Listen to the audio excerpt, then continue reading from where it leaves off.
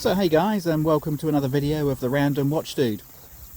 Today I'm out on the water again. It's a beautiful Saturday morning. The tide's in, so I made the call last night to come out for the day and just spend some time on the water because it's not looking too good for the rest of the week. So this is my last chance for a little while to get out in the kayak, and I thought you know, it's lovely and quiet and peaceful and tranquil, very much unlike life at home. So what you know, what better opportunity will I get to make a video than today? So I'm going to make a quick video whilst I'm here, and just to show you my surroundings. You can see there's my kayak there. I'm up on this little beach head here, and it's a tiny little beach head actually. I'll just pan around. Over there in the far distance, you can just see the marina that I was actually at a couple of weeks ago when I made a video about you know, the one watch that rules them all. And so I'm over here today. This is a little island, just as you can see, it's probably about 1 kilometre off the shore. Tiny little island. I'll just go up here a little bit. It's a sandstone island. It's covered in these beautiful pohutukawa trees which line the cliffs. And unfortunately, what happens every now and then is because it's a sandstone island and it's eroding very rapidly. These trees eventually just make their way down the cliff and into the water. And as I'm making this video, we'll just move along the shore, because just further up the shore there's a pair of oyster catchers. They won't be too pleased about me being on this beachhead, and if I get too close, they'll start to yell at me, and they'll probably start to warn me away. So, but I might take a walk up there now. Whilst I'm here, I wanted to make a quick video about a comment that somebody made recently about my 2254.5. Here it is. Got it on again today on the NATO, and a comment was made by a couple of people actually, is, oh my god, you've got a massive crack in your crystal, you know, you need to go and get that fixed.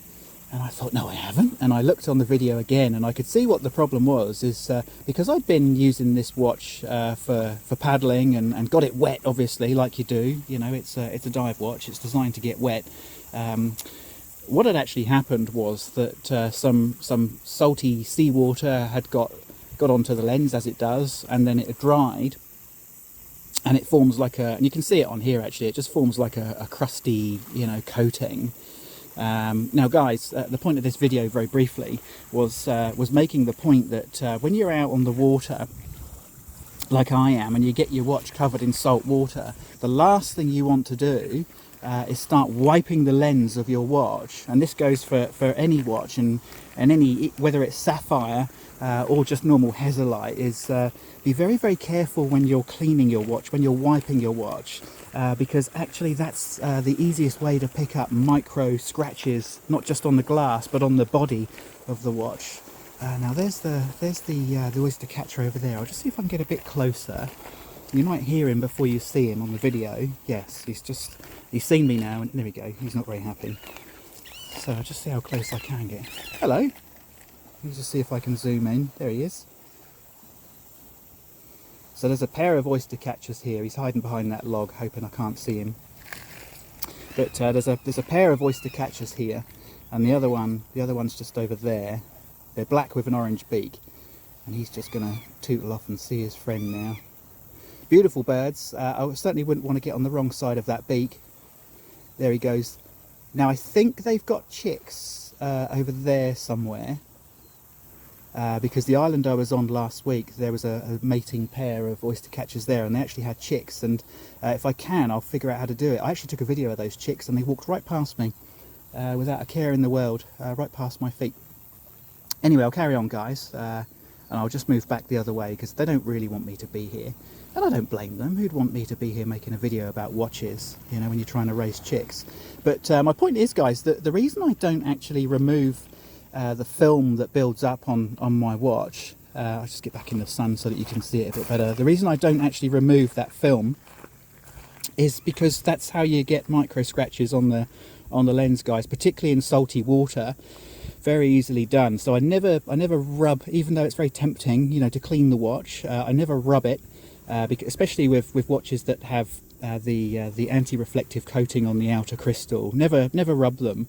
And you know, you've got to be very careful also, and this is more to the point really for just general watch maintenance, is be very, very careful when you're when you're cleaning your watch, that you don't just get that microfiber cloth out and start rubbing the case hard to try and get rid of all those fingerprint smudges. And what you end up doing, guys, is even with the best cloths on the market, you're going to end up putting micro scratches on the body of the watch, on the case, especially on those lovely Zaratsu polished sides of your Grand Seiko. If you start rubbing those sides with a cloth to try and get rid of fingerprint marks, you're actually going to start rubbing in the tiny little grains of dust and sediment that are on that cloth. You're going to start grinding them in to the stainless steel case. You're going to start grinding them into that lovely Zaratsu polish. And when you finish grinding them in, guys, you're going to take a look at that maybe a day or two later and go, oh crikey, look, there's a swirly on my lovely Zaratsu polished case. I wonder how that got there. And the irony is, guys, it's usually because you've been rubbing it too hard.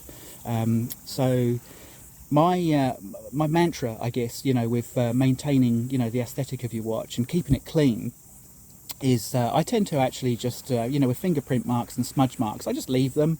And what I tend to do, if if the watch has been in the rotation for several days, and then of course, like you do as a watch collector, as you move on to another watch or two, is I only clean that watch when I've decided to take it out of the rotation. And what I do is I just give it a nice little rinse under warm water, and I just give the whole watch a rub with dishwater. So just your standard dishwasher that you use to clean your dishes. You know, well, it's palm olive here that we use. It's just the squirty stuff. Just squirt a little bit of that into your hand and rub it into the watch gently under a running tap, under running warm water. And that's all you need to do, guys. And you can rub all the grime and the dust and the grit off of your watch without worrying about scratching it by dry rubbing it. And also, what happens when you rub it with that lovely dish cleaning liquid is you actually give it a lovely luster as well. The water runs off it lovely, like it's got a water resistant film on it. So just a piece of advice there, guys, because a couple of you said, you know, get and rub the grease off of that, rub the salty residue off of that lens. And I'm thinking, no way, Jose, because that's how I'm going to get scratches all over this watch. So when I get home today, after being out on the kayak, I'll be just sticking this watch. This will probably come in the shower with me, actually. We know each other well enough now. We can shower together. And I'll give it a good rinse off, you know, with some warm soapy water. And that way I know I'm not going to scratch it. So there you go, guys. Just the end of a quick video, just on the discussion of rubbing your watch too hard. And yeah, let me know what you think in the comments, guys. Have I called this right? And if you've got any other tips or suggestions for how not to scratch your watch inadvertently, then please do leave them in the comments. And I'll see you on the next video. Cheers, guys.